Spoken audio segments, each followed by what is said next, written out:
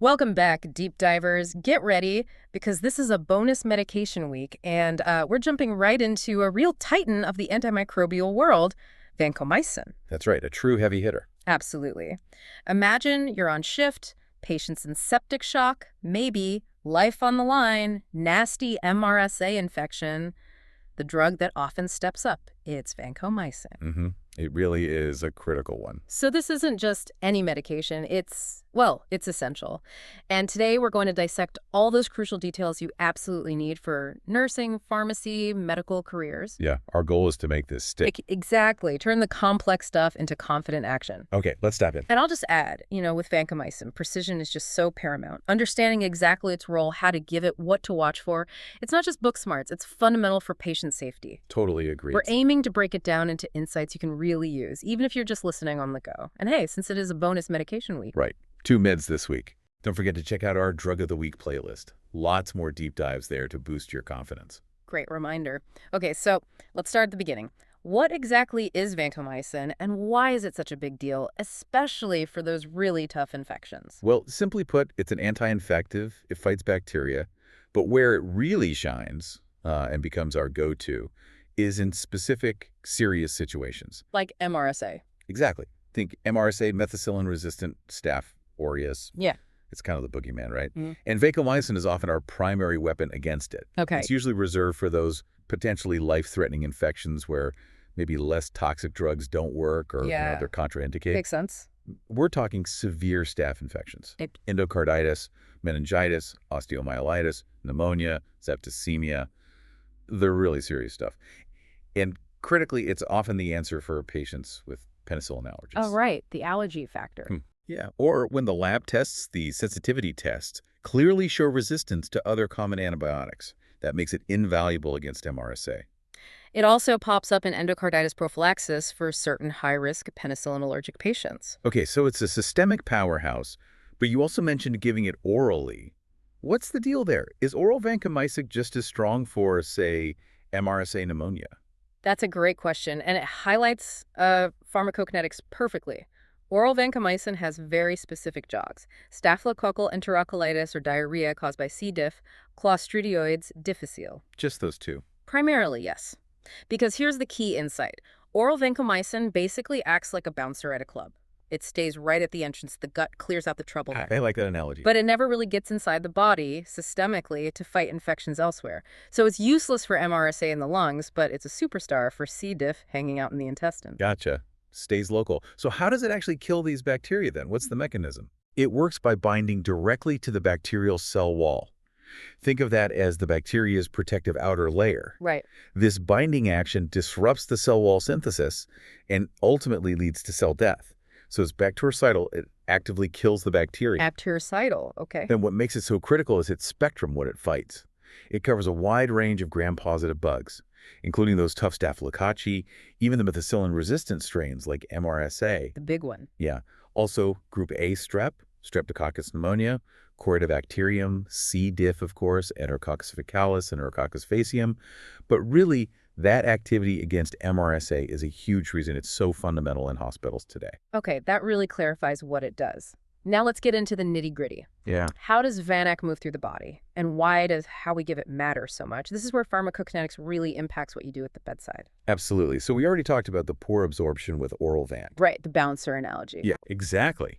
But when you give it IV, it distributes pretty widely through the body. It even gets into the cerebrospinal fluid, maybe 20–30% penetration. Which is important for things like meningitis. Precisely. If the infection's in the brain or spinal cord, you need the drug to get there. So it gets around well enough via IV. How does the body clear it out? Okay, here's a super critical point for the IV form.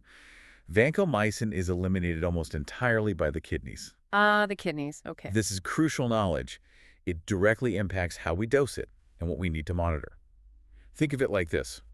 If your patient's kidneys aren't working well, it's like a bathtub drain that's clogged. The drug level backs up. Exactly. It rises quickly, potentially reaching toxic levels. The half-life, how long it takes for half the drug to leave the body, varies, but it gets significantly longer in patients with renal impairment. That clogged drain analogy really fits. That renal elimination definitely sounds like the major watch out for IV Vendo. So what are the absolute must-know details for giving it intravenously? Because I know there are some strict rules. You are absolutely right. These aren't suggestions. They're non-negotiable for safety. First, reconstitution. Yeah. You'll add, say, 10 millimolars of sterile water to a 500 milligram vial, or 20 milliliters to a 1 gram vial. That gives you a 50 milliliter concentration. Okay. Then you have to dilute it further. At least 100 milliliters of a compatible solution, like normal saline or D5W, for every 500 milligram of vancomycin. So it needs to be well diluted. Very well diluted. Right. The final concentration for the infusion shouldn't be more than 5 milligml. Once reconstituted, the vials are good for 14 days in the fridge. The diluted infusion bag is stable for 96 hours refrigerated. Got it. And then the famous infusion rate, the vancomycin drip. Ah, yes, the golden rule. Yeah. You must infuse it slowly, over at least 60 minutes. Minimum 60 minutes. Minimum. And if the dose is over a gram, it needs to be at least 90 minutes. Why so slow? What happens if you rush it? This is critical. Rushing it dramatically increases the risk of vancomycin flushing syndrome. You might still hear it called red man syndrome. Red man syndrome, right, I've heard of that. It's not a true allergy, but it's a serious reaction. Sudden, severe drop in blood pressure or flushing, maybe a bumpy red rash, usually on the face, neck, chest, upper arms. Sounds alarming. It is. And rapid infusion can also cause thrombophlebitis, inflammation of the vein, and just general hypotension. If that flushing reaction happens, you actually need to slow the infusion down even more, maybe over 1.5 to 2 hours. So slow is key. That's definitely a major takeaway for exams and practice. Huge takeaway. Vital patient safety measure you will use constantly. Okay, that slow infusion rate, absolutely crucial. But let's be real, clinical settings are busy, pressure's always on. What's the actual danger if someone does cut that time short, beyond just the red man syndrome reaction itself? Well, beyond the immediate discomfort and the risk of that sudden hypotension from the flushing syndrome, rushing vancomycin can cause bigger problems. You're essentially hitting the patient's system too hard, too fast. Overloading them. Yeah. Exactly. This can worsen any underlying heart issues, definitely increases the risk of kidney damage that nephrotoxicity we'll talk more about, and it actually makes it harder to hit that sweet spot of therapeutic drug levels without getting toxic. I actually saw a situation once where a newer nurse mistook a pretty severe flushing reaction for a full-blown allergic reaction. They almost stopped the drug entirely instead of just slowing the rate way down. Wow. So recognizing it is key? Absolutely. Yeah. You need to know it's usually rate-related, manage it by slowing down, not necessarily stopping the drug unless it's truly severe or looks like anaphylaxis. That's a really valuable clinical point. Okay, speaking of busy units, you're often running multiple IV drips. What about vancomycin, playing nice with other meds in the IV line? Compatibility. Always, always, always check your facility's compatibility chart or consult pharmacy. Vancomycin is compatible with many common IV fluids and drugs, but there are definite known incompatibilities. Like what? Any common ones? Well, drugs like amphotericin B, some beta-lactams, furosemide, the list can be specific. Yeah. The point is, a quick check prevents a potentially dangerous medication error, like precipitation in the line. Good advice. Check the chart. Always. And just briefly, other routes? Yeah. The oral solution, once mixed, is good for 14 days refrigerated. And for intertapical use directly into the spinal fluid for certain CNS infections is given at a concentration of 1 to 5 milligml. Okay. All right, we've established vancomycin's power. Now let's really focus on the perils, the safety side. With a drug this strong, what are the absolute non-negotiable watchouts? Contraindications, side effects, what we need to monitor every single shift. This is really the core of using vancomycin safely. First, contraindications. Obvious one is hypersensitivity, a known allergy. Right. Then we use it very cautiously in patients with pre-existing renal impairment. Remember that clogged drain? We often need to reduce the dose if their creatinine clearance is 80 millimol or less. Dose adjustment for kidneys. Got it. Same caution applies if the patient already has hearing impairment because of the ototoxicity risk. Okay, so renal and hearing impairment are big precautions. What are the major adverse reactions we need to be hypervigilant for, besides the flushing syndrome? The two big ones, often irreversible, are nephrotoxicity and ototoxicity, kidney damage and hearing damage. How would we see nephrotoxicity? You might see rising BUN and creatinine levels, those kidney function labs. Or you might see changes in the urine, casts, albumin, cells showing up in the urinalysis. These are red flags for kidney distress. And ototoxicity. That presents as tinnitus, ringing in the ears, vertigo, which is dizziness, Mm. or actual hearing loss, which can be permanent. So asking patients about hearing changes is important. Permanent hearing loss. Wow, okay. What else? Beyond those, we also have to watch for severe skin reactions. Mm. Things like Stevens-Johnson syndrome or TAN are rare but devastating. Hmm. Any serious rash needs immediate attention. Serious skin reactions. Okay. And then other potential effects include that hypotension we mentioned, phlebitis, irritation, and inflammation at the IV site, chills, fever, and general hypersensitivity reactions, including rarely anaphylaxis. So a lot to watch for.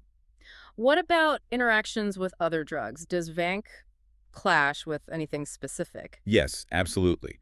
The big concern is additive toxicity. Combining vancomycin with other drugs that are also known to be nephrotoxic or ototoxic increases the risk significantly. Like what kinds of drugs? Think aminoglycosides like gentamicin or tobramycin, also loop diuretics like furosemide, certain chemotherapy agents like cisplatin, cyclosporine, even high-dose aspirin sometimes. Using these together demands extreme caution and close monitoring. So stacking risks. Exactly. It can also potentially enhance the effects of neuromuscular blocking agents used in surgery or the ICU, so monitoring for prolonged muscle weakness is important there too. Okay, so given all these risks, renal, hearing, skin interactions, what are the absolute must-do nursing implications? The practical things you need to assess and monitor day in, day out. This is where the rubber meets the road. Before you even start, and throughout therapy, assess for signs of infection, obviously, but critically, obtain specimens for culture and sensitivity before starting the first dose. Get the cultures first. Yes. You might give that first dose before the results are back, based on clinical suspicion, but those cultures are essential to confirm the bug and ensure Vantic is the right choice long-term. Makes sense. What else during administration? Monitor the 5E site like a hawk.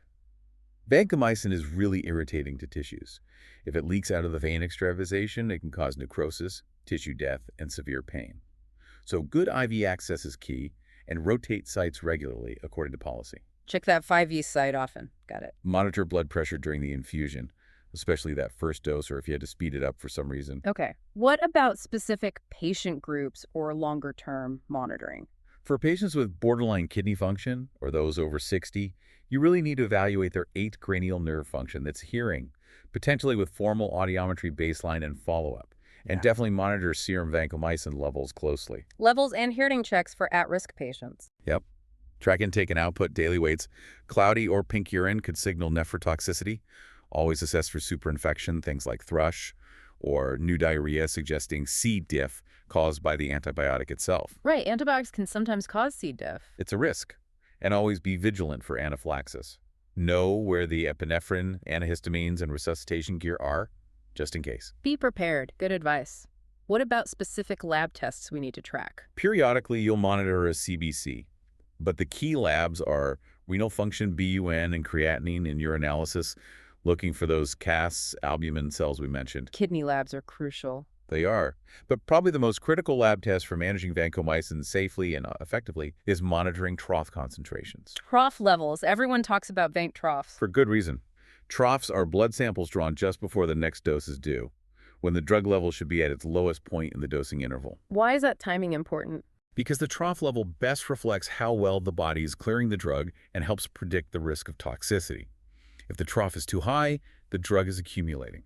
So what are the target ranges? Generally, for mild to moderate infections, troughs should stay below 10 millicg/ml, maybe 10-15 depending on source. Yeah.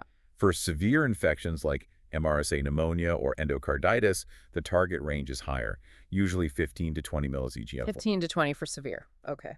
Staying within these target ranges is where understanding that renal elimination, the drug's half-life, and the individual patient's factors all come together. It's how we try to maximize effectiveness while minimizing those risks of nephrotoxicity and ototoxicity. So playing devil's advocate here, what if a patient's trough level comes back and it's, say, 25 millicg/ml? What's the immediate thought process, the action? Okay, 25. That's a definite red flag. It's significantly above the therapeutic range, even for severe infections. So potential toxicity. Exactly. Your immediate thought should be, hold the next dose. Don't give it. Then you need to contact the provider or the pharmacist right away.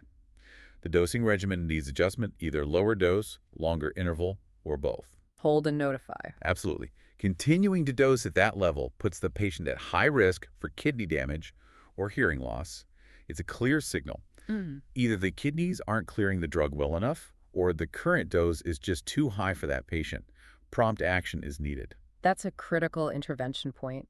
Mhm. Okay, and finally, what key things do we need to tell patients and their families about vancomycin? For patients taking oral vancomycin, stress taking it exactly as prescribed. If they miss a dose, take it as soon as they remember, unless it's yearly time for the next one. Never double up. No double doses. Right. Instruct all patients, IV or oral, to report any signs of hypersensitivity immediately: rash, itching, trouble breathing. Also, report any tinnitus, vertigo, or noticeable hearing loss right away. Report hearing changes. Yeah. Got it. They should also let their provider know if their infection symptoms aren't improving after a few days. For those high-risk cardiac patients getting it for prophylaxis, explain why it's important before their procedure. Okay. And, as always, for females of reproductive potential, advise them to inform their healthcare professional if they are pregnant, plan to become pregnant, or are breastfeeding. Excellent patient education points. All right, let's bring it home. Let's talk practical application. Dosing specifics and the different forms of vancomycin comes in, so listeners know what they'll actually see and use. Sounds good. For serious systemic infections, standard IV dosing for adults is often around 500 milligrams every 6 hours, or 1 gram every 12 hours. Max dose usually capped around 4 grams per day, though it depends on indication. Okay, standard dosing. What about those patients with tricky kidneys, renal impairment? Right. For adults with renal impairment, they often get an initial loading dose, maybe 750 milligrams to 1 gram, to get levels up quickly. And I really want to stress this serum level monitoring, those trough levels, is the optimal way to guide maintenance doses. So the guidelines are just starting points. Exactly. You might see guidelines like 1 gram every 1 to 3 days for a creatinine clearance of 50-80 millimorn, but those are just estimates. You have to monitor the trough levels and adjust based on those results and the patient's clinical status. It truly requires individualized care. Individualized care based on levels. Crucial. What about for endocarditis prophylaxis? That's usually a specific single dose for penicillin allergy patients, typically 1 gram IV for adults and adolescents, or 20 milligrams for children, Yeah. given about an hour before the procedure. Simple enough. Now, back to oral dosing. Remind us again, what's that for and what are the doses? Right, oral is strictly for those gut infections. For C. difficile diarrhea, the usual adult dose is 125 milligrams, taken orally every 6 hours for 10 days. 125 Q6H for 10 days for C. diff. Yep. For staphylococcal enterocolitis, the dose is higher, maybe 500 to 2,000 milligrams per day, divided into 3 or 4 doses, usually for 7 to 10 days. And let me just reiterate one last time. Oral vancomycin is not effective for any other types of infections because it just doesn't get absorbed into the bloodstream well. That IV versus PO distinction is absolutely fundamental. So what forms will people actually see vancomycin in? You'll encounter it in several ways. There are capsules, usually 125 milligrams and 250 milligrams for oral use. Capsules? Okay. There's also a powder that gets mixed into an oral solution, often grape-flavored, comes in different bottle sizes. Powder for oral solution. Then for IV use, you might see it as premixed bags, already diluted in D5W or normal saline, various concentrations and volumes ready to hand. Pre-mixed oral IV bags. Yeah. Convenient. Yeah, they can be. And then, of course, you have the vials of powder for injection in different strengths, like 500 milligrams, 1 gram, etc., that you have to reconstitute and dilute yourself before adding to an infusion bag. The vials we reconstitute. Got it. Lots of options. Okay, so wrapping this all up, what does this deep dive mean for you, our listeners? You should now have those essential high-yield nuggets on vancomycin to feel much more confident, whether you're studying or actually practicing. We really zeroed in on its vital role against serious gram-positive bugs like MRSA, and also oral Vanac for C. diff. We hammered home that non-negotiable slow IV infusion rate to avoid red man syndrome, Absolutely critical. and the absolute importance of watching kidney function and those therapeutic trough levels to prevent toxicity. These are the core pieces that will really stick with you. And if we think a bigger picture for a second, vancomycin is such a great example of that constant balancing act in medicine, powerful effect versus potential harm. That's a great point. So maybe a final thought, a question for you all listening. As future healthcare professionals, how can you take this deeper understanding of Vanac's specific challenges, like dealing with renal adjustments, spotting red man syndrome early, interpreting those troughs? How can you use that knowledge to not just follow the protocols, but to really advocate for more personalized, safer care for your individual patients? That is a fantastic question to chew on. Really gets you thinking about your role. And remember, this was our bonus medication week. You seriously leveled up your drug knowledge. If you found this helpful, definitely explore our Drug of the Week playlist. We've got more deep dives on essential meds just like this one, all designed to make you feel prepared and confident. Thank you so much for joining us on the deep dive and for committing to your learning. We'll catch you next time.